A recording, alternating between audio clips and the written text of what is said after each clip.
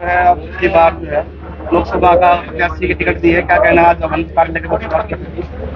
जी, पहले तो मैं अपने राष्ट्रीय नेतृत्व डॉक्टर अजय सिंह चौटाला जी का बहुत बहुत धन्यवाद करता हूँ। दुष्यंत चौटाला जी का बहुत बहुत धन्यवाद और शुक्रगुजार हूँ जिन्होंने इतना बड़ा जिम्मेवारी दी, सोनीपत लोकसभा का प्रत्याशी बना के उतारा।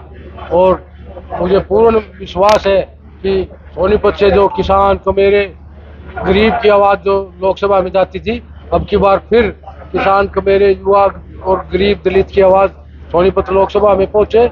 और जो किसान वर्ग का सबसे ज्यादा वोट देश में कहीं तो सोनीपत लोकसभा में या फिर बागपत में है। तो यहीं से अन्य पार्टियों ने किसी ने भी किसान गरीब का प्रतिनिधित्व तो नहीं देने की कोशिश की, किसान वर्ग से प्रत्याशी नहीं उतारा।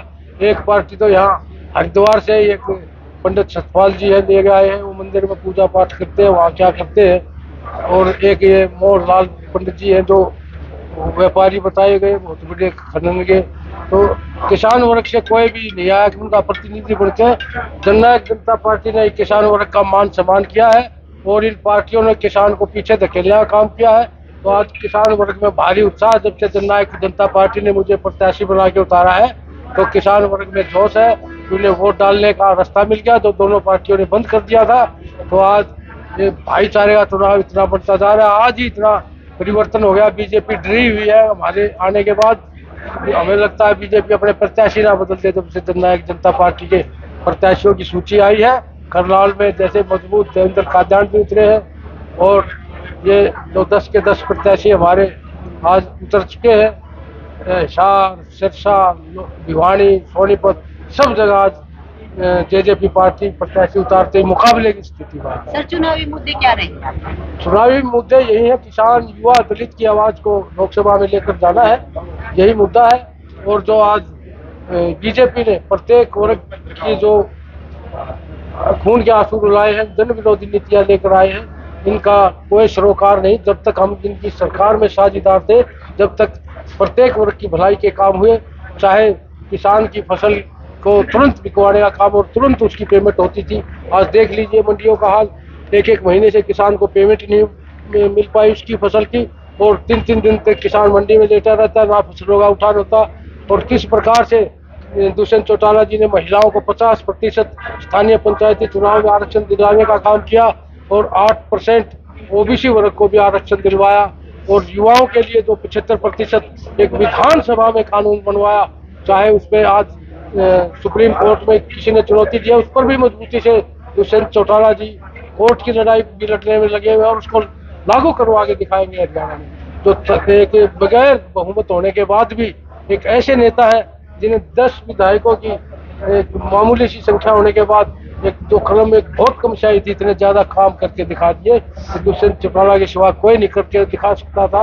आज हरियाणा की जनता समझ गई है, जिस दिन उनके पास पूर्ण बहुमत की सरकार होगी, हरियाणा के प्रत्येक वर्ग की भलाई दुष्यंत चौटाला कर सकते हैं, जो एक बहुत ही युवा और पढ़े लिखे ईमानदार दूरदर्शी सोच के नेता है।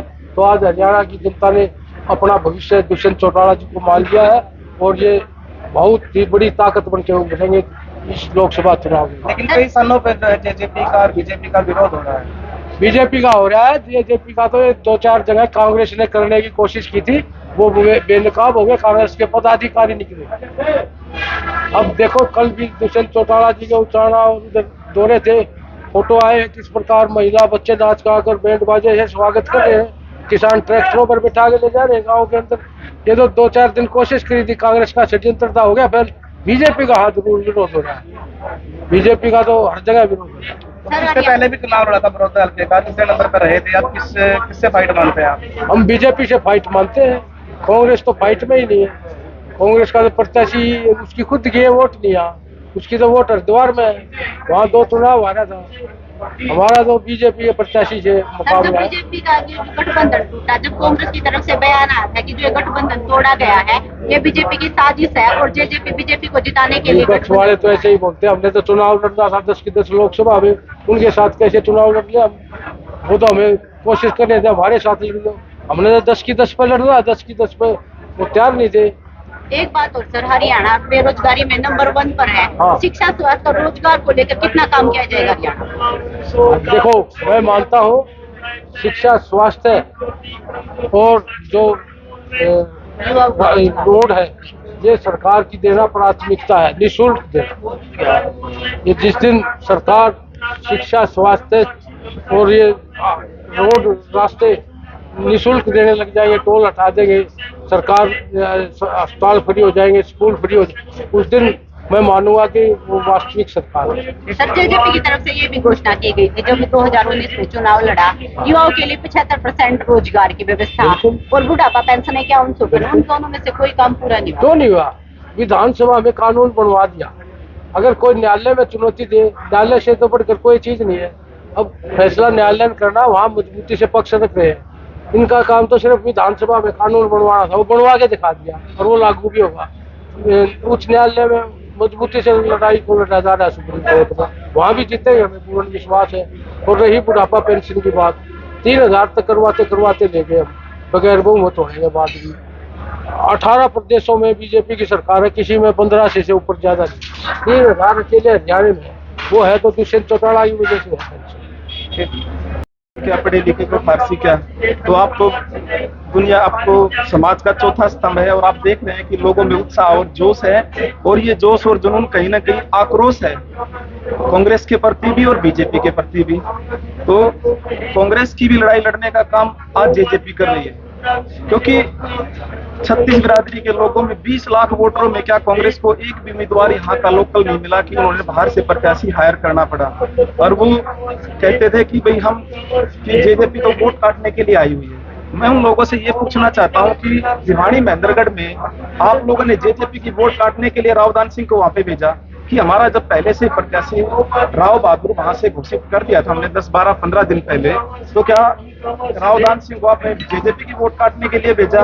और जहां तक मेरा मानना है कि कांग्रेस ने 7 से 8 कैंडिडेट डम्मी उतारने का काम किया है बीजेपी के कहने से। इसलिए पूरे हरियाणा में एक बदलाव की लहर है, और मैं तो शीर्ष नेतृत्व का धन्यवाद करता हूं कि जो सपना भूपेंद्र मलिक जी ने सोचा था कांग्रेस में रहकर, वो जगत ताऊ देवीलाल जी के वारिस दुष्यंत चौटाला जी ने पूरा करने का काम किया है।